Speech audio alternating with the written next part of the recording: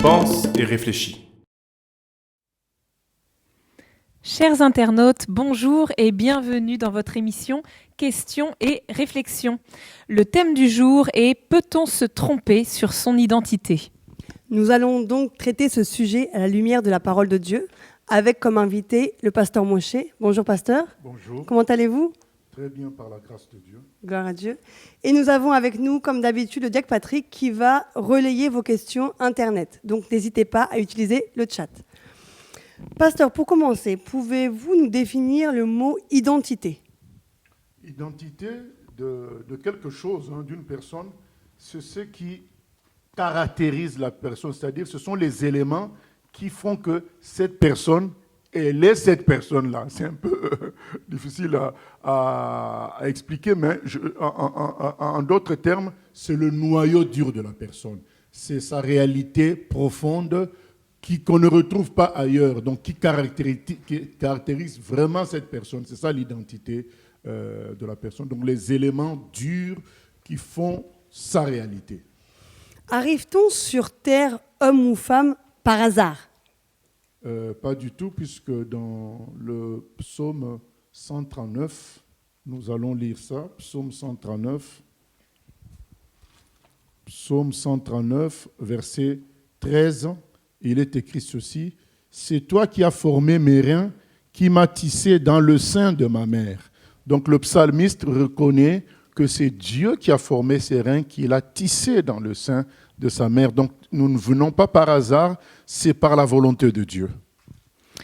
Par rapport à la volonté de Dieu, justement, est-ce que la seule différence bibliquement entre un homme et une femme, c'est le physique, mais est-ce que ce sont les mêmes au niveau des pensées, sur les autres plans ou pas? Que dit la Bible par rapport à ça?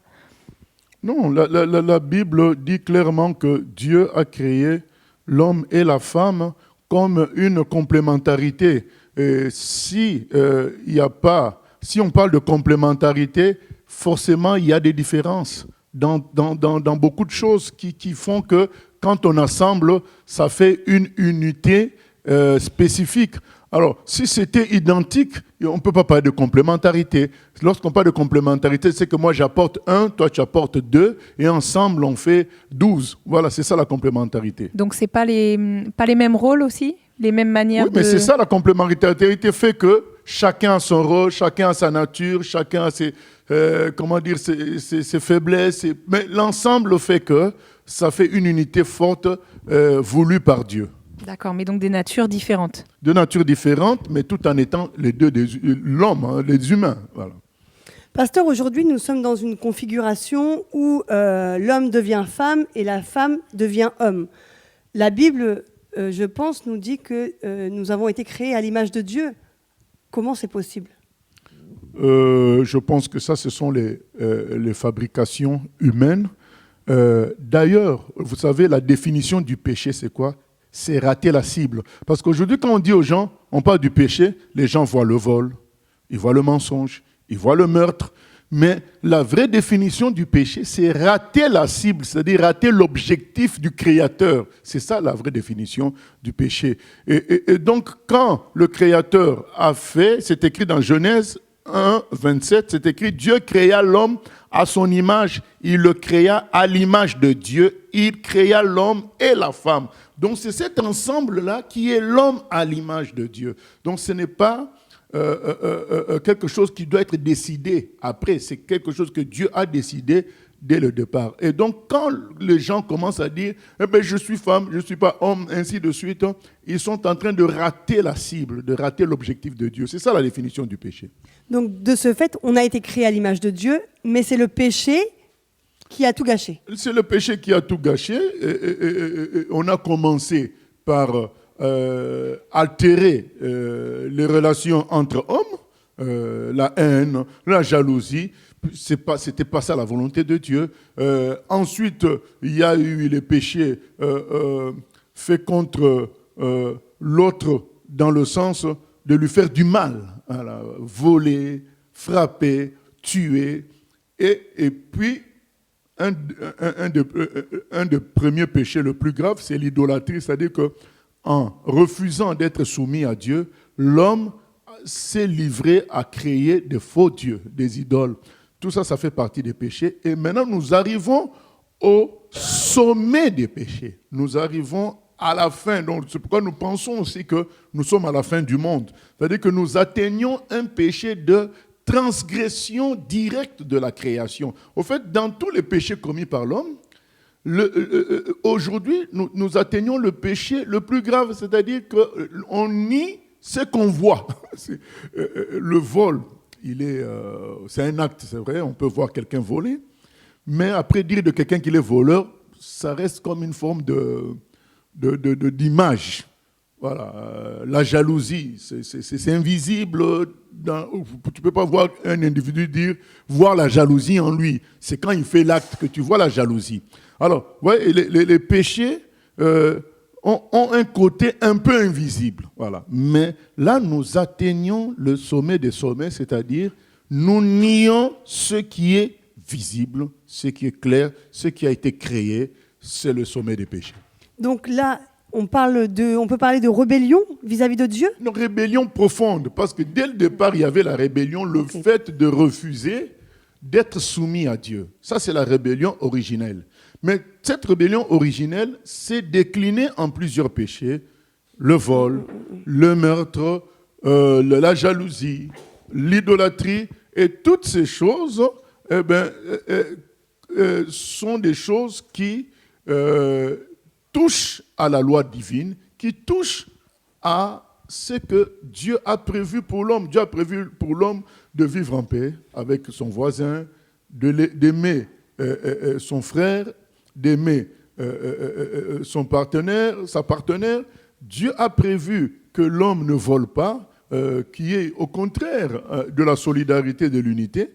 Maintenant, quand on vole, quand on tue, donc on est dans le contraire, on est dans la transgression de l'objectif de Dieu. Donc rappelons-nous la définition du péché, c'est rater la cible, rater l'objectif de Dieu. Maintenant, ce que nous vivons aujourd'hui, c'est l'exacerbation du péché de rébellion originelle, où on dit, je rejette même ce que je suis. Donc ce que toi tu as voulu en tant que moi physique, ce n'est même pas dans mes actes, parce que le péché, c'est les actes. Les autres péchés, ce sont des actes. Mais là, ce n'est même plus les actes. Ce ne sont même plus les actes, c'est vraiment la personne elle-même, la créature, qui se renie et renie Dieu. Et cette rébellion profonde, elle est forcément consciente ? Elle est consciente et en même temps pas consciente. Elle est consciente dans le sens où il y a un début. Il y a un début de transgression, un début de refus de Dieu. Tout le monde en est conscient. Donc les gens qui savent, qui connaissent, il est écrit dans la Bible que Dieu a mis sa loi dans le cœur de tout homme. Donc l'homme, quand il prend des mauvaises voies, il sent bien qu'il transgresse. Et puis Dieu a des représentants sur terre, a des gens qui le suivent et qui montrent qui il est. Et donc ces gens-là savent qu'ils sont dans la transgression. Mais quand tu es enivré du péché, le degré que tu atteins, tu n'es pas forcément conscient de ça. Le départ, tu es conscient. Donc, quand tu entres dans une boîte de nuit, tu es conscient. Quand tu entres dans un bar, tu es conscient. Mais le degré d'ivresse que tu vas atteindre, tu n'en seras pas forcément conscient de tous les actes que tu vas faire après. Et donc, c'est conscient, mais c'est en même temps inconscient parce que la manière dont nous voyons que c'est grave, eux, ils ne voient pas ça exactement comme nous parce qu'ils se sont laissés enivrer par le péché. Mais pasteur, on entend dire aujourd'hui qu'on est trans, on ne le devient pas. C'est complètement faux. La Bible, nous venons de lire, Dieu créa l'homme et la femme. Donc il n'y a pas autre chose dans l'humanité. Il y a l'homme et la femme, et tout le reste, c'est invention humaine. Comment on explique par rapport à ça que certaines personnes homosexuelles, par exemple, expliquent sincèrement que moi, depuis que je suis petit, je sens cette attirance-là. Comment on explique ça s'ils ne sont pas nés comme ça ? Les Écritures nous disent que du moment que notre ancêtre Adam a péché, il a communiqué le péché à toute la création, à tous les humains qui allaient venir. Donc nous naissons avec le péché. Et c'est normal qu'à un moment donné de notre vie, ce péché-là se manifeste. Il peut se manifester par des envies de tuer. Vous savez, il y a des gens qui sont tueurs en série. Et quand ils avaient 10 ans, 8 ans, ils tuaient les chats, les souris, des choses comme ça. Voilà, donc est-ce que c'est pour autant qu'on doit légaliser les meurtres en série? Non. Voilà, donc on peut avoir des sensations qui nous prennent très tôt. Ça peut être aussi le mensonge, ça peut être la dépravation sexuelle. Il y a des gens, ça les prend très tôt. Mais est-ce que c'est pour autant qu'il faut se laisser aller? Non. La Bible nous apprend que le diable rôde comme un lion rugissant, cherchant qui dévorer. Nous devons lui résister. Donc, si je reviens sur ce que vous dites, ils n'ont pas été créés homosexuels. C'est qu'ils ont été créés humains. Et maintenant, le péché qu'ils ont récupéré en venant sur Terre produit, par exemple, ça. Ça produit plusieurs variantes de dégénérescence. Il y a le vol, le mensonge. Maintenant, la répartition de tout ça n'est pas mathématique, donc mais on sait que ça se répartit sur tous les humains d'une manière ou d'une autre. Donc il y a des gens qui naissent. Il y a des gens qui vont vous raconter des enfants qui sont dans la crèche et qui ont des comportements qui sont liés à leur culture d'origine. Tu vois, un enfant, je ne veux pas donner le nom de la race d'origine, mais on m'a raconté qu'un enfant a fait une clé à un autre enfant, donc d'environ 3 ans, 2 ans. Une clé que font les gens qui égorgent les autres. C'est étonnant qu'un enfant de 2 ans ou 3 ans puisse... voilà. C'est-à-dire nous reproduisons les dépravations que notre culture a laissé faire, a laissé progresser. Donc, tu nais dans une culture, tu vas hériter. Il y a le péché originel là-dedans qui ouvre la porte aux autres mauvais penchants. Voilà, c'est ça la réalité. Donc, il y a des choses aussi, l'appartenance, que ce soit à la culture, à une famille spécifique, tout ça, ça joue aussi. Ça joue. Juste être un humain aussi, ça joue parce qu'on hérite là-dedans. Mais pasteur, tout est fait pour favoriser le changement de sexe. Aujourd'hui, je vais vous prendre la nouvelle définition de femme. Donc, ils disent que la femme, donc, ça décrit une personne qui se vit comme femme, dont l'identité de genre est féminine, même si le sexe assigné à la naissance est masculin. Je pense que ça, c'est une fois de plus... un affront à Dieu, une confrontation avec Dieu, bien sûr que ça se terminera très mal pour ces gens-là, parce que là, maintenant, ils s'attaquent à la création elle-même. Avant, ils s'étaient attaqués au comportement. Ils avaient des comportements qui sont anti-Dieu. Aujourd'hui, ils s'attaquent à ce que Dieu a fabriqué, la création, l'être. Et ça, c'est très grave. C'est faux ce qu'ils disent là. La femme a toujours été, dès la naissance, par assignation sexuelle. Ce n'est pas quelque chose qu'on devient ou qu'on se forge. C'est complètement faux parce que vous savez, pour une raison simple, il y a des profondeurs biologiques également. Ça, ces gens-là ne le disent pas. Il y a une histoire de chromosomes qui différencie. Ce n'est pas le physique, c'est le phénotype. On voit le physique, mais il y a le génotype dedans qui caractérise clairement, comme on a posé la question, c'est quoi l'identité? L'identité, c'est ton noyau dur. C'est-à-dire que c'est ça qui te caractérise. Et si on prend une femme, on prend un homme, on verra dans chacune de leurs cellules 46 chromosomes. Et dans les chromosomes de la femme, il y a le Y, le XX, alors que chez l'homme, c'est XY. Donc, c'est clair que l'identité de la femme est fixée dans sa nature profonde. C'est ce qu'on a donné aussi comme définition de l'identité. C'est la nature profonde d'une personne, d'une chose, d'un mouvement. C'est ça l'identité. L'identité. Ça aussi, d'ailleurs, ils sont en train de le remettre en question dans la définition, justement. Notamment pour les sportifs, ils ne veulent plus dire qu'une femme, c'est XY et qu'un homme, c'est YY.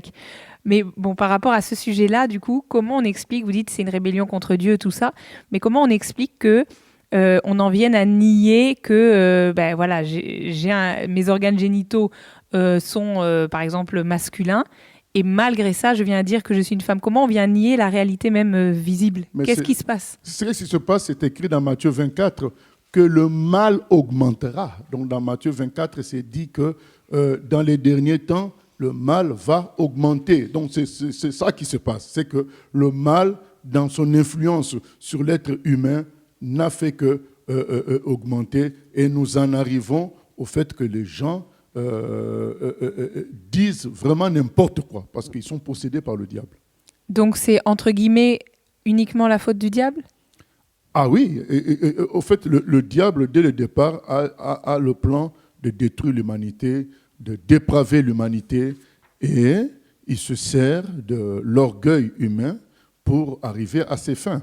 Donc c'est que, mais comme nous avions dit, quand tu entres dans une boîte de nuit, tu ne sais pas comment ça va finir. Donc l'être humain entre dans quelque chose, il ne sait pas qu'à un moment donné, il va perdre le contrôle. C'est le diable qui va contrôler. D'accord, donc il joue, c'est quand même l'orgueil humain, c'est l'orgueil de chacun, et il joue là-dessus. Pour arriver à ce niveau-là, c'est le diable. Donc c'est-à-dire que malgré l'orgueil humain, il y a des limites. Dieu a tellement fait bien les choses que l'homme connaît ses limites. Ce n'est que quand il est possédé par le diable qu'il outrepasse ces limites-là. Donc l'orgueil peut nous emmener à voir le ciel bleu et à dire non, il est rose. Non, pas l'orgueil. L'orgueil est le diable. D'accord. C'est ça. Donc, c'est-à-dire que malgré l'orgueil, nous avons une base que Dieu a placée en nous qui reconnaît les choses. Mais quand maintenant on est possédé par le diable, eh ben, on ne contrôle plus rien. Pasteur, je rebondis sur le fait que vous dites que le péché va augmenter de plus en plus. Comment expliquer que, en France notamment, la sécurité sociale rembourse pleinement quelqu'un qui veut changer de sexe? Mais c'est normal. Lorsque le péché a déjà gangréné les gens qui sont à la tête, mais ils vont favoriser la généralisation du péché. C'est comme ça que ça se passe, même avec nous les chrétiens. Dieu touche une personne qui encadre d'autres personnes à aimer Dieu. Et donc le diable fait la même chose. Il touche une personne dans sa position de chanteur, de président, de directeur, afin qu'ils s'en servent pour encadrer les gens qui sont en dessous de lui dans le mal. C'est exactement la même chose. Mais là, est-ce que c'est simplement le péché ou c'est vraiment des instruments du diable pour éloigner les gens de Dieu ou pour les amener à une rébellion profonde? Non, c'est les deux. Il y a le péché de l'homme, parce qu'il ne faut pas dire que l'homme est irresponsable. L'homme est responsable. Mais les niveaux que ça atteint ne seraient pas atteints sans l'apport du diable. C'est le diable qui permet une confrontation violente et extrême vis-à-vis de Dieu. L'humain de lui-même n'en serait pas capable. Donc il y a même Caïn, on l'avait prévenu, fais attention, le péché couche à ta porte. Dieu prévient, attention, le diable est un spécialiste du mal. Vous, les humains, oui, vous avez le mal en vous, mais il y a une limite, il y a des limites. Mais le diable peut vous faire dépasser ces limites-là. Donc le péché de l'homme, c'est de ne pas écouter Dieu, c'est de ne pas se soumettre à Dieu. Et à partir de ce moment-là, il ouvre la porte à un autre Dieu, mais un faux qui lui veut du mal sans qu'il s'en rende compte et qui va l'amener à des positions extrêmes contre le véritable Dieu. Donc finalement, il y a quand même un objectif derrière. Si, entre guillemets, les encadrants, comme vous dites, les organismes encadrants, l'assurance maladie, tout ça, se mettent à aller vers ça, il y a un objectif global du diable derrière. Il y a quelque chose. L'objectif du nouvel ordre mondial, l'objectif du diable, c'est de faire un monde qui est le contraire de ce que Dieu a voulu. Je rappelle encore la définition du péché, c'est rater la cible, donc rater et changer les objectifs divins. C'est ça qui leur reste pour faire du mal à Dieu, parce que entre eux et Dieu, il n'y a pas de combat, ce sont de petits, infiniment petits. Et donc, tout ce qui leur reste à faire, c'est profiter du fait que Dieu a créé l'homme libre avec la logique du choix. Et eux, maintenant, leur travail, c'est d'utiliser cette liberté-là pour pousser l'homme à choisir le mal. C'est ça, c'est ça qui leur reste comme opposition à mener contre Dieu. Pasteur, nous allons regarder une petite vidéo, justement, pour nous montrer les dégâts du changement d'identité. Donc je vais demander à la régie si elle peut nous envoyer la vidéo, s'il vous plaît. Un homme ne peut pas devenir une femme et une femme ne peut pas devenir un homme. Carly, vous prenez la parole aujourd'hui puisque vous êtes né garçon. À l'âge de 17 ans, vous avez fait une transition de genre pour devenir femme. Et aujourd'hui, vous prenez la parole pour alerter. J'avais 17 ans, j'étais naïve, j'ai donné toute ma confiance au corps médical qui avait 40, 50 ans, certains médecins, et qui avaient des années d'expérience. Donc du coup, moi, j'ai donné toute ma confiance. Et j'ai bêtement cru quand on m'a dit que j'allais devenir une femme, que j'allais devenir une femme, en fait. Un homme ne peut pas devenir une femme et une femme ne peut pas devenir un homme. On peut être au milieu, des hommes et des femmes trans. J'imagine que vous avez quand même beaucoup réfléchi, même si vous étiez jeune, vous aviez 17 ans, mais quand on se sent femme, donc on fait une transition. D'ailleurs, on n'a pas demandé l'avis de vos parents, hein, c'est ça? Non, on ne peut jamais être certain de nos choix, en fait. Quel est le message que vous souhaitez donner, notamment chez les jeunes, hein, parce que si vous, à 17 ans, vous n'étiez pas vraiment sûr, si on parle de faire une transition à 6-7 ans, Ah ben moi, pour moi, je suis claire là-dessus. Les transitions avant 18 ans, ça devrait être strictement interdit, que ce soit les hormones ou que ce soit même les bloqueurs de puberté. La puberté, c'est essentiel pour le corps, le cerveau, etc. Moi, pour moi, il n'y a pas de transition possible avant 18 ans et même, j'irai même jusqu'à 25 ans, puisque le cerveau se développe également jusqu'à 25 ans. vous en voulez à qui aujourd'hui, aux personnes qui vous ont fait cette transition? Parce que j'imagine que vous avez quand même signé, vous vous êtes dit, parce qu'on est à 150% quand on se lance là-dedans, c'est pas une petite opération. Tout à fait. Alors certes, j'ai signé, certes, j'ai une part de responsabilité, mais elle n'est pas complète. Il y a aussi la responsabilité du psychiatre qui m'a suivi pendant 2 ans et qui a fait que du suivi de surface, qui n'a pas essayé de creuser mes traumas, qui n'a pas essayé de remettre en question mes propos. Donc bien évidemment, les psychiatres, les psychologues et les médecins ont également des remords à avoir. Bah aujourd'hui, je ne suis plus un homme et je ne serai jamais une femme, donc je me sens un petit peu au milieu, une sorte de créature, une sorte de monstre, mi-homme, mi-femme. J'ai toujours préféré les monstres aux princesses, donc ça ne me dérange pas de me faire appeler Carly Monstre. C'est fort quand vous dites le mot monstre. C'est terrible. Ben, on m'a souvent dit que j'étais un monstre suite à cette transition. Personne ne peut me rendre mon organe masculin d'origine. On peut en faire une pâle copie, mais ce sera pas ce que c'était. Donc du coup, je ne peux pas redevenir un homme. J'ai frôlé la mort il y a moins d'un an. J'ai fait 15 jours de coma. J'ai perdu 15 kilos. Les médecins ont dit à mes proches que je ne reviendrais pas ou que si je revenais, je serais un légume. Je suis revenue sans aucune séquelle et j'aime beaucoup l'idée de me dire que c'est pas pour rien que je suis revenue. Je veux aider en fait. C'est pas pour moi que je prends la parole. Ça ne m'apporte rien à part des menaces de mort et des menaces au tribunal. Je veux prendre la parole pour sensibiliser les gens. Quand vous avez frôlé la mort, c'est un accident, Non, c'était une TS, une tentative de suicide. D'accord. Pasteur, vos réactions?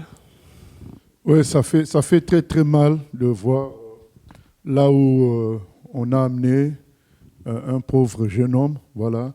Vous savez, quand les gens ont entre 14 et 22 ans, ils ne sont pas maîtres d'eux-mêmes.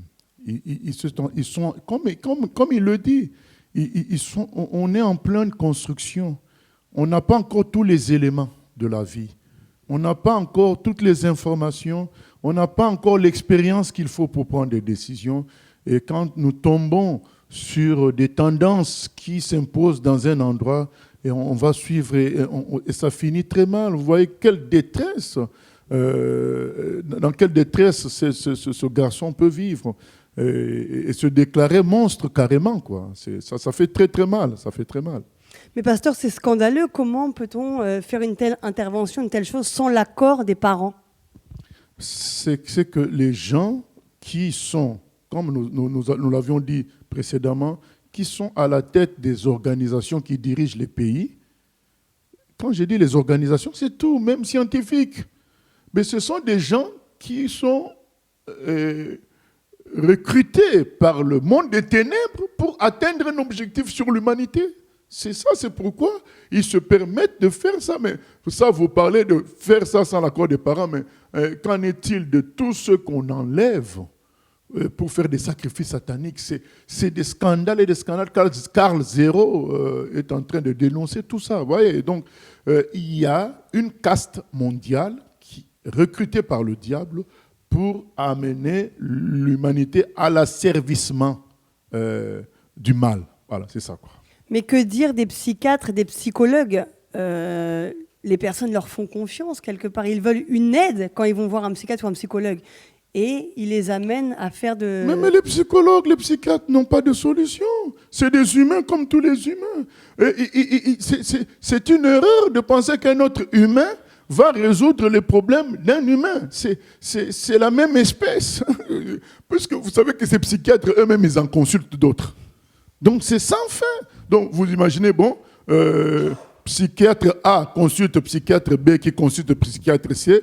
Donc c'est sans fin. Donc on arrive à toutes les lettres de l'alphabet. Ça va continuer toujours. Donc seul le Créateur connaît le mécanisme de l'être humain parce que c'est lui qui a fait l'être humain. Il sait comment le réparer. Le roi David dit dans le psaume 103, mon âme bénit l'Éternel, c'est lui qui te guérit de toutes tes maladies. Donc Dieu peut guérir la dépression, il peut guérir la folie, puisqu'il connaît tous ces mécanismes-là. C'est ça la réalité. Ce qui est très triste aussi, c'est que ce garçon-là il dit qu'il aurait aimé être contredit. Voilà, il dit que le psychiatre ne s'est pas opposé à ce qu'il a dit. Or, aujourd'hui, on voit quand même une pensée unique qui empêche toute contradiction. Chacun a peur de dire l'inverse. Mais le psychiatre aussi, c'est un travail. Comme tout travail, on cherche quoi? On cherche un salaire. On cherche de l'argent. Et donc, quand une piste va plus nous apporter que nous mettre en difficulté pour recevoir de l'argent, on prend cette piste-là. Donc c'est ça aussi, c'est ça aussi la réalité. Quand il sait que en mettant l'individu à l'aise dans ses lubies, dans sa folie, ça va lui rapporter, le psychiatre va dans le même sens. Mais ça montre aussi que peut-être une partie, en tout cas, des gens qui veulent faire ces choses-là, s'ils étaient contredits, peut-être qu'ils ne passeraient pas le pas. Pas du tout. Comme beaucoup qui devaient avorter, qui ont reculé. Parce qu'ils ont eu la bonne personne pour leur dire non. Ça ne sera pas un retard dans la vie. Ça ne sera pas un fardeau irrémédiable. Donc il y a des arrangements. Tu vas tuer un être humain. Fais attention, il y a des gens qui ont reculé et qui sont très heureux. Il y a beaucoup qui sont les résultats de ces naissances-là qui occupent des postes sérieux dans la société aujourd'hui. Pasteur, comme on parle par exemple des psychiatres et des psychologues parce que c'est le travail, parce que c'est l'argent, mais est-ce que ce n'est pas seulement des gens que moi je dirais qui ne sont pas courageux parce que aujourd'hui, conseiller un jeune qui veut faire la transition à se retenir et attendre, les lois actuelles peut également leur poser problème. Est-ce que ce n'est pas le manque de courage de sortir, en fait, d'exprimer ses convictions par rapport, c'est vrai, par rapport à son gain, perdre son travail, ou encore se retrouver devant les tribunaux? Parce qu'il y a des lois aujourd'hui qui sont votées dans ce sens-là. Oui, mais le psychiatre, il peut se débrouiller pour faire passer une opposition en contournant ces lois-là. D'ailleurs, il est psychiatre, voilà, il manipule les humains, il peut s'en sortir par rapport à ça. C'est juste que ces psychiatres ils choisissent la loi du moindre effort. Un chemin qui va demander beaucoup d'efforts. Ça, c'est l'être humain. L'être humain va choisir le moindre effort. Contester, c'est allonger les choses, créer une distorsion, alors que aller dans le même sens, c'est facile pour tout le monde, sauf que tu détruis la vie de l'autre. Ouais, voilà, c'est ce que moi je dis. Il leur manque de courage, en fait. Bon, il n'y a pas que le courage. Il y a aussi l'argent qui est aussi une réalité. Il y a aussi le fait de chercher, de choisir le moindre effort. Il y a aussi l'autre réalité dans ce témoignage-là où il explique que malgré le fait qu'il a tout changé physiquement, il n'était pas une femme. Donc il a réalisé que finalement on ne pouvait pas changer son esprit, quoi. Que sa nature profonde restait un homme même si on avait tout changé physiquement. Donc ça va avec ce que vous disiez, qu'il y a des natures différentes. Avant, il y a des natures différentes. Il y a une profondeur, comment dire, dans les gènes. Il y a une profondeur dans la génétique qui fait que ce qu'on voit n'est qu'un vêtement. Notre corps n'est notre apparence physique est un vêtement corrélé à l'intérieur génétique qui dit tout, hein, l'intérieur génétique. C'est clair, c'est différent, un homme et une femme. Et d'ailleurs, entre nous, ça, on n'arrive pas à changer. Donc, ça ne se changera jamais, ça. Oui, c'est ça. Il s'est rendu compte que finalement, il réfléchissait toujours pareil, qu'il Voilà. n'avait pas changé ça, quoi. Voilà, c'est un homme. Mais justement, pasteur, ces personnes-là qui ont une envie de changer de sexe, ils sont mal dans leur peau, ils se sentent mal. Mais là, on voit que même après, ils se sentent encore plus mal puisqu'il sort d'une tentative de suicide. Alors, comment expliquer que la convoitise puisse amener à un tel piège, en fait? Parce qu'on a souvent la fausse idée que succomber, c'est résoudre le problème. Puisque je suis tenté de voler, c'est en volant que je vais éteindre cette tentation. Succomber, ça va faire que je ne me sens pas bien en tant qu'homme, je me vois plus comme femme. Mais si j'arrivais à succomber à cela, je ne serais plus embêté par cette pression-là. Et c'est ça l'erreur. D'ailleurs, il y a des pubs qui passent sur des panneaux, c'est écrit pub d'alcool, pub de certaines choses. C'est en succombant à la tentation qu'on en triomphe. C'est une erreur. Ça te plonge dans un autre état dont tu vas te réveiller très très mal, encore plus mal qu'avant. Donc c'est comme quelqu'un qui se dit, c'est en prenant l'alcool que je vais étancher ma soif d'alcool, sauf que ça le plonge dans une autre réalité qui demande encore de l'aide et c'est sans fin. Autant dès le départ recevoir l'aide idoine, l'aide adéquate. Dans la Bible, est-ce qu'on voit Jésus qui a eu à faire face à des personnes qui étaient mal dans leur peau ou qui... Ah oui, plein de personnes. Il y a une personne, une femme qui était surprise en flagrant délit d'adultère. Jésus a eu à faire face à elle et Jésus l'a libérée. Jésus ne l'a pas condamnée. Les gens voulaient la lapider. Jésus a dit que celui qui n'a jamais péché lui jette la première pierre et il a dit, femme, je ne te condamne pas, mais va et ne pêche plus. Donc Jésus lui a communiqué la vie qui lui donnait la victoire sur son mal. Il a rencontré une autre femme, prostituée. Jésus lui a dit, je te pardonne, reçois la vie. Dans Luc chapitre 7, Jésus a rencontré des gens esclaves d'argent, Zachée. À chaque fois, l'amour de Dieu. Au fait, Jésus faisait connaître à ces gens-là, mais Dieu vous aime. Dieu vous aime. Pourquoi vous voulez gaspiller votre vie à lutter contre quelqu'un qui vous aime? Il vous a créé femme, il vous a créé homme, il vous aime. C'est lui le créateur de tout. Si lui, il vous aime comme ça, pourquoi gâcher tout en allant écouter des voix étrangères? C'est comme ça que Jésus a réglé. Quand il voit Zachée sur l'arbre, il l'appelle Zachée, alors que il n'avait jamais vu. Donc Zachée se sent connu de Dieu. Donc ces gens-là ont besoin d'amour.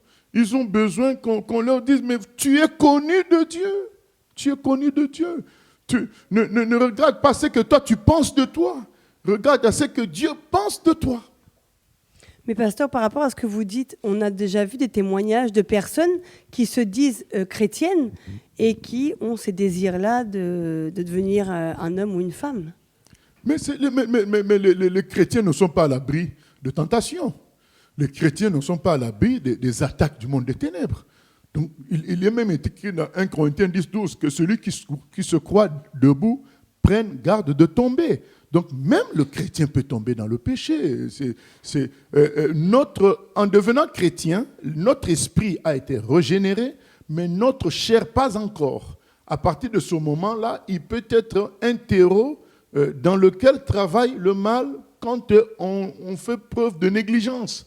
Et que si cette négligence se poursuivait, ça conduise à des aberrations, à des abominations même qu'on retrouve chez les païens, même parfois pire, puisque c'est la même chair que la chair des païens, sauf que nous, on a l'Esprit de Dieu en nous en plus, qui fait la différence lorsqu'on se soumet à lui.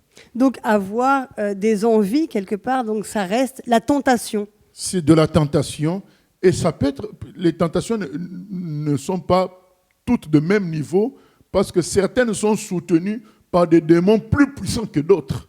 Mais le médicament, la solution est unique. Jésus a vaincu tous les démons à la croix. Dans Colossiens 2, 14 à 15, c'est dit il a détruit les documents qui nous accusaient et il a traduit tous les démons en spectacle en triomphant d'eux à la croix. Donc, quelle que soit la puissance de l'attaque, la solution reste Jésus-Christ. Mais quelle démarche faire? Il est écrit dans Romains 10, 13, quiconque invoquera le nom du Seigneur sera sauvé. Donc, il suffit d'invoquer Jésus, de dire, Jésus, viens m'aider, viens me sortir de cette mauvaise passe. Il s'arrangera à nous sortir de cela. Ça peut parfois traîner à cause des méandres de la délivrance qui peuvent comporter plusieurs éléments qui nous dépassent, mais le but final, la délivrance, ce but-là sera atteint. Oui, pasteur, en revenant un peu au début, tu as parlé de l'héritage du péché que l'humain a hérité d'Adam. Mais est-ce que dans cette affaire-là, il peut exister aussi l'héritage familial? Par exemple, quand on trouve deux homosexuels dans une même famille, l'oncle, le neveu, est-ce que là, on peut parler aussi d'un lien d'héritage familial ou c'est... Oui, nous l'avons dit précédemment, nous l'avons dit que dans la culture dans laquelle, l'environnement dans lequel vit quelqu'un peut influencer à ce qu'ils reçoivent des esprits liés à cet environnement, des choses liées à cet environnement-là. Donc, il peut y avoir un lien familial là-dedans. Oui, la famille, c'est l'environnement. Voilà. Deuxième question, Internet. En tant que chrétien, comment agir face à quelqu'un qui est en phase de la transition et qui veut déjà changer de prénom? Par exemple, je m'appelle Patrick et je dis, appelez-moi Jacqueline, Patricia, parce qu'il est en voie de transition. Mais comment un chrétien peut réagir devant une telle personne? Je pense que le chrétien doit résister à ce genre d'injonction. On n'est pas obligé de nommer quelqu'un en ayant une relation avec la personne. Donc on va parler directement à la personne. On évite de le nommer. Voilà. Je reviens un petit peu sur la vidéo. On n'a pas vu la suite, mais dans la suite, il explique que il pense donc qu'il a survécu à sa tentative de suicide pour une raison et qu'il veut continuer malgré les représailles, malgré les menaces. Je crois qu'il parle même de menaces de mort. Pourquoi est-ce qu'il serait menacé alors qu'il donne simplement son témoignage? Il est menacé parce que, comme nous l'avions dit, il y a une organisation mondiale qui a construit un schéma dans lequel il veut amener l'humanité. Et ces gens-là dirigent la plupart de nos institutions et ils ont un réseau de gens bien placés partout et qui n'acceptent pas, ces gens-là n'acceptent pas la contradiction. Le sacro-saint principe de liberté d'opinion n'existe plus aujourd'hui, des libertés de penser, des choses consacrées dans la déclaration du droit de l'homme et du citoyen. Mais tout ça, ces gens-là, ce n'est pas, ils n'ont pas égard à ça. Maintenant, c'est leur pensée qui doit s'imposer, la pensée unique. Le diable, c'est un dictateur, et de même, ces gens-là aussi sont des dictateurs. Du coup, quand tu viens avec une autre opinion et avec un argument massu, parce qu'il est passé par là, on ne peut pas lui dire tu ne connais pas de quoi tu parles, parce qu'il est dans une position forte de montrer que c'est une bêtise, tous ces amalgames. Alors, on va chercher à l'éliminer comme on a éliminé plein d'autres personnes avant. Pasteur, est-ce que vous pouvez rebondir sur le fait qu'il ait fait une tentative de suicide? On avait dit qu'il ne s'en sortirait pas et que même s'il s'en sortait, il deviendrait un légume.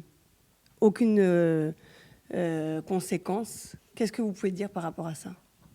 Oui, mais je veux dire que Dieu contrôle. Il y a un message derrière. Bien sûr, Dieu a voulu montrer à ces gens-là que c'était lui le chef et nous montrer à nous aussi. Parce que parfois, nous pouvons être dépassés par tout ce qui se passe en disant « Mais Dieu, il fait quoi ?» Mais ça, c'est un exemple que Dieu fait. Il voit tout et il va empêcher le diable d'arriver à ses fins.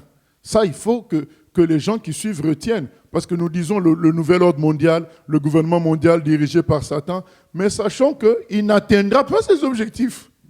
Vous savez, depuis quand certains ont peur lorsqu'on parle que la terre sera détruite par négligence de la nature, des choses comme ça, mais la terre ne sera jamais détruite par ni l'homme, ni les démons. Seul Dieu détruira la terre au moment où il décédera. Donc, de même, Satan n'arrivera pas à ses fins. Il tentera. Il ira très loin, mais à la dernière minute, Dieu l'en empêchera. Le cas de ce monsieur est un exemple qui montre que Dieu a mis stop. On pensait qu'il allait mourir. Il n'est pas mort. Il revient à la vie pour dire tout ça, c'est des bêtises. Voilà. Et pour ce jeune homme-là, il y a un message spécial? Mais le message spécial, c'est qu'il aille jusqu'au bout, puisqu'il dit que il a fait une bêtise. Quand on a fait une bêtise, il faut revenir. Ça s'appelle la repentance, reconnaître son erreur et se rebrancher à nouveau à son Créateur. Il devra parler à Dieu, dire « Pourquoi tu m'as créé ainsi ?» Qu'il parle à Dieu, il aura la réponse. C'est pareil pour nous tous. Chacun de nous doit poser la question à Dieu, pourquoi j'existe? Tu attends quoi de moi? Voilà. Même que tu sois chrétien ou pas, il y a des choses à faire avec Dieu. Chacun doit se poser cette question-là. Pasteur, que pouvez-vous dire à des parents dont un des enfants a des problèmes d'identité? Comment vous pouvez rassurer, parler à ces parents-là ou à ces chrétiens? Premièrement, je vais leur dire que la prière est une puissance terrible. Ça déjoue le plan du diable, ça détruit le plan du diable. Donc, quand ils doivent prier pour leur enfant, faire confiance à la puissance de la prière, faire confiance en Dieu, parce que la prière, c'est ça, c'est parler à Dieu. Donc, faire confiance que Dieu peut régler ce problème. Ça, c'est un. Et de deux, ne jamais faire montre d'indulgence par rapport à cette notion-là. Être catégorique sur le fait que ce n'est pas bon, ce n'est pas de Dieu. C'est une inversion des choses, ce n'est pas bon. Je rebondis aussi sur la question de Mylène. On voit, comme on l'a dit, que même pour quelqu'un de 17 ans, donc de mineur, on ne demande pas l'avis des parents pour une transition de genre. Là, vous parlez de prière. Est-ce que, de la manière dont Dieu a fait les choses, les parents spirituellement, en tant que parents, justement, ont un poids, que ce soit dans la prière ou pour déjouer les choses qui sont faites par le diable dans la vie de leurs enfants? Ils ont un poids par l'éducation. C'est écrit dans Proverbe 22, 6. « Instruis l'enfant selon la voie qu'il doit suivre. Quand il sera vieux, il ne s'en détournera point. » Donc l'enfant reçoit comme un chiffon tout ce qu'on lui donne. Maintenant, à un certain âge, alors que tout n'est pas encore formé comme il faut, il n'a pas encore sa position marquée et il reçoit. Maintenant, l'erreur de beaucoup de parents, c'est de considérer que en ce moment-là, de laisser l'enfant libre de se construire, alors que c'est eux qui doivent lui communiquer sa future construction. Donc la Bible nous donne le conseil suivant: si vous êtes parent, montrez à vos enfants ce qui est bien et juste. Ne vous dites pas qu'ils ont à choisir. Non, ils ne sont pas encore capables de vraiment choisir parce qu'ils n'ont pas tous les éléments. Parce que les gens veulent dire, mais non, c'est comme si on dominait sur quelqu'un. Non, la personne qui est devant nous n'a pas tous les éléments. Donc vous allez laisser des revolvers, des grenades, d'attaque dans une crèche. Vous dites, mais non, mais on doit les laisser libres de... Mais non. Un enfant va dégoupiller la grenade parce qu'il n'est pas conscient de ce que c'est que la grenade. Donc, un enfant de 14 ans, de 15 ans, de 16 ans n'est pas encore conscient. C'est pas pour rien que les lois autrefois étaient claires là-dessus. Donc, tu sors avec un enfant de 14 ans, 15 ans, que ce soit un homme ou une fille, c'est un détournement de mineur parce que les gens savent bien qu'à ces âges-là, la personne n'a pas encore tous les éléments, n'a pas encore tracé quelque chose par manque d'éléments et par manque aussi de maturation. Donc, c'est ça la réalité. Et donc, les parents doivent appliquer Proverbe 22, 6, instruire l'enfant selon la voie qu'il doit suivre, prier pour l'enfant et pour ceux qui ne sont pas chrétiens, et donner une position claire et nette qui est évidente sur le fait qu'un homme, c'est un homme, une femme, c'est une femme. Mais en dehors de l'aspect donc encadrant et éducation, est-ce que spirituellement, ils ont quand même une autorité, quelque chose, par exemple, même un parent païen qui ne connaît pas Dieu, le fait qu'ils prennent telle position, ça influence quand même Oui, pour ça déjouer les influence. choses. Donc c'est l'éducation. Donc instruire l'enfant selon la voie qu'il doit suivre, c'est l'éducation. L'éducation a une influence sur la vie d'une personne. Pasteur, est-ce que le chrétien a un rôle particulier auprès de ces personnes-là? Le rôle du chrétien, c'est d'être un canal de Dieu pour ces personnes. Parce que devant une telle imprégnation diabolique, il faut une contre-puissance qui soit sérieuse. Et seul Dieu peut inverser la tendance. Et le chrétien doit avoir une attitude de grande confiance en Dieu et d'amour sérieux pour ces gens-là. Donc la grande confiance va l'amener à prier sérieusement, avec foi, que ça peut changer. Et l'amour va permettre le contact avec ces personnes pour transmettre la vérité divine qui sauve. Jacques Patrick, pas de questions? Non, Céline, est-ce que tu as des questions encore? J'avais une question aussi par rapport à la vidéo. Elle est partie, ça va revenir, par la grâce de Dieu. À moins qu'on clôture avant. Pasteur, est-ce que vous avez encore une intervention, hein? Non, la question est revenue. Oui, la question est revenue. Dans la vidéo, donc, on voit aussi le garçon dire que c'est fini pour lui. Même s'il se fait reconstruire chirurgicalement, de toute façon, ça ne sera pas comme à l'origine. Donc, il va rester, comme il le dit, entre guillemets, monstre. Qu'est-ce qu'on peut aussi dire par rapport à ces gens-là qui ont été abîmés à la chirurgie? Qu'est-ce que Dieu peut faire aussi par rapport à ça? Leur proposer un cheminement avec Dieu. Tout ne s'obtient pas toujours à l'instant. Il y a des choses qui s'obtiennent à l'instant avec Dieu, mais il y a d'autres qui nécessitent un cheminement parce que notre construction a des complexités qui font que si nous obtenons certaines choses à l'instant, ça peut nous détruire nous-mêmes. Alors Dieu, lui, il a la capacité de gérer d'une manière progressive jusqu'à ce que cet enfant, ce jeune homme, trouve réellement sa voie avec Dieu. Et je crois que la suite, que ce soit une réopération ou pas, ça sera une suite merveilleuse s'il commence à cheminer avec le Seigneur. C'est ça le conseil à donner à ce genre de personnes avec Dieu. D'ailleurs, nous avons un témoignage d'une chrétienne qui s'était faite homme, et qui a pris conscience, qui est redevenue femme. Elle a fait un livre, c'est un témoignage qui est sur Internet. Donc, le cheminement avec Dieu, ça produit le résultat de salut, un résultat de salut total. Donc, vous dites que en cherchant Dieu, finalement, il pourra déjà être bien. Enfin, en marchant avec Dieu. Voilà. En marchant avec Dieu. En étant d'accord avec lui, voilà, être bien et même régler son problème physique. Voilà. Oui, donc le reste suivra, mais d'abord, et c'est valable pour tous les humains. Donc, première chose, se retrouver avec Dieu qui va te prendre dans ses bras d'amour, qui va dire, je te connais, je t'aime, tu n'es pas le fruit du hasard, tu es le fruit de ma pensée qui s'est matérialisé.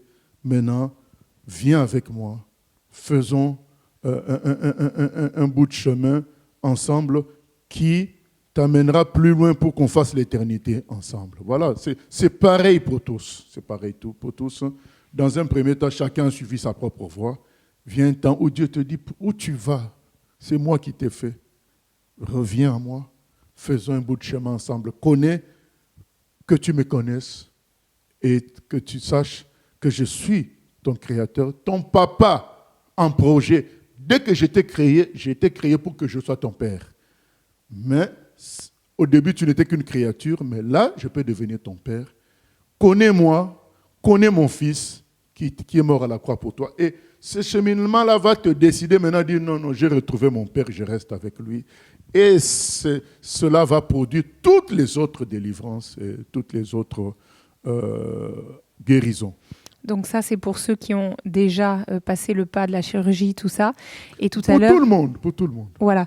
Tout à l'heure, vous avez parlé aussi de, pour quelqu'un voilà, qui l'a fait, de demander à Dieu, mais pourquoi j'existe, pourquoi tu m'as créé? Est-ce que c'est le conseil qu'on peut donner aussi à ceux qui n'ont pas franchi le pas, qui se sentent mal? Pour tout le monde. C'est le même conseil pour tout le monde. Dieu t'aime, Dieu te connaît. Donc là, nous ne parlons pas qu'aux gens qui sont dans le transgenrisme. Donc pour tout le monde, puisqu'il y a d'autres péchés, parce qu'il ne faut pas ignorer ça, il y a d'autres péchés. Eh bien, il ne faut pas faire de ce péché-là le seul péché qui amène en enfer. Les autres péchés également amènent en enfer. Pour tout le monde, il faut faire un bout de chemin avec Dieu, que tu saches combien il t'aime, combien il est bon, combien il est puissant, combien il a réservé le paradis pour toi, et que tu te décides à t'accrocher à lui à jamais. Donc pour toutes les personnes qui sont en souffrance, il y a une solution. Il y a une solution, c'est Dieu. Voilà. Il y a une solution et j'insiste, donc on peut dire à Dieu, voilà ce que je sens, voilà comment je me sens, qu'est-ce qui se passe? On peut se confier à lui, lui dire notre mal-être. Voilà. Ah oui, vous savez, c'est comme si un bébé à qui on donne la nourriture, que l'on lave, hein, et il veut cacher son corps. Mais tu vas lui dire, attends, c'est moi qui te lave, c'est moi qui te donne la... Tu veux cacher quoi? Voilà, donc Dieu nous connaît. Donc on a lu dans Psaume 139, avant même qu'on soit tissé dans le ventre de notre mère, il nous connaît, mais nous voulons cacher quoi, Dieu? Il voit, autant être transparent avec lui, sincère, dire son péché, dire son mal, et lui demander la solution, lui demander d'être avec lui. Et c'est lui qui s'occupera du reste. Nous avons un salut facile. Voilà. Facile parce que quelqu'un d'autre a souffert à notre place, c'est Jésus. Et maintenant, nous recevons le fruit de ses souffrances à travers la guérison et la délivrance, à travers la réconciliation avec notre Créateur, qui devient en même temps notre Père quand nous croyons en Jésus. Je pense qu'on a fait le tour, pasteur. Est-ce que vous voudriez bien prier pour toutes ces personnes-là? Alors, je voudrais prier, mais avant de prier, je voudrais dire à certains chrétiens, ça me vient à l'esprit comme ça, un avertissement, ceux-là qui sont dans l'humanisme, qui sont là toujours à dire, il faut les comprendre, ils sont nés comme ça, il faut les comprendre. Il y a des chrétiens qui naviguent dans ces eaux-là. Il faut faire attention, il ne faut pas se moquer de Dieu. Dieu a créé les choses d'une manière. Ce n'est pas toi qui vas être plus bon que Dieu pour dire, comprenez-le, ceci, cela. Et c'est ce qui conduit notamment, même des gens aujourd'hui, on a vu, moi je suis direct, un faux pasteur, puisque officiellement il est pasteur, mais pour moi c'est un faux pasteur, ce n'est même pas un chrétien, qui est devenu aussi une femme, voilà, à New York. Voilà, donc ça conduit à ces excès-là. Quand on commence déjà à se croire plus bon que Dieu, il faut éviter de se croire plus bon que Dieu. Dieu nous aime tous, mais il ne nous aime pas hors cible. Il veut que nous ne rations pas la cible. Il a prévu quelque chose pour nous. Il veut que nous y entrons. Comme vous et moi, quand nous construisons une maison, nous avons prévu qu'elle soit d'une manière. On a la maquette. C'est pareil pour lui. Pourquoi nous voulons que pour nous, ça soit différent?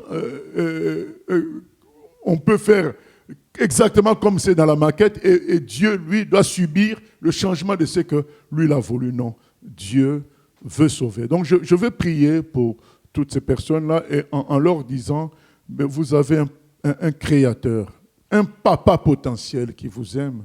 C'est le seul qui vous aime vraiment parce qu'il a donné son fils Jésus pour vous, qui est mort à la croix afin que nous soyons transformés et libérés de tout. Donc, n'ayez pas honte de lui. Venez à lui tel que vous êtes, il va vous changer. Seigneur, je viens prier pour qu'il y ait de plus en plus de miracles de retour à la vérité. Et il y ait de plus en plus des empêchements de sombrer dans le mensonge. Que la volonté du nouvel ordre mondial et de Satan de pervertir l'humanité, de pervertir la création. Il a déjà perverti le comportement, mais pervertir la création, que cela échoue. Et je prie, Seigneur, que tu te révèles à tous ceux qui ont été trompés, abusés par ces doctrines démoniaques de changer de genre et que ton salut se manifeste pleinement dans leur vie, que tu te serves de tes serviteurs, de tes enfants pour sauver le maximum au nom de Jésus. Je les bénis et je prie que tous y soient transformés et changés par Jésus-Christ. Amen. Merci, pasteur. Merci, Diacre Patrick, pour ta présence. Merci, chers internautes, d'avoir été avec nous et nous vous disons à bientôt pour un nouvel épisode de votre émission Questions et réflexions. Que Dieu vous bénisse.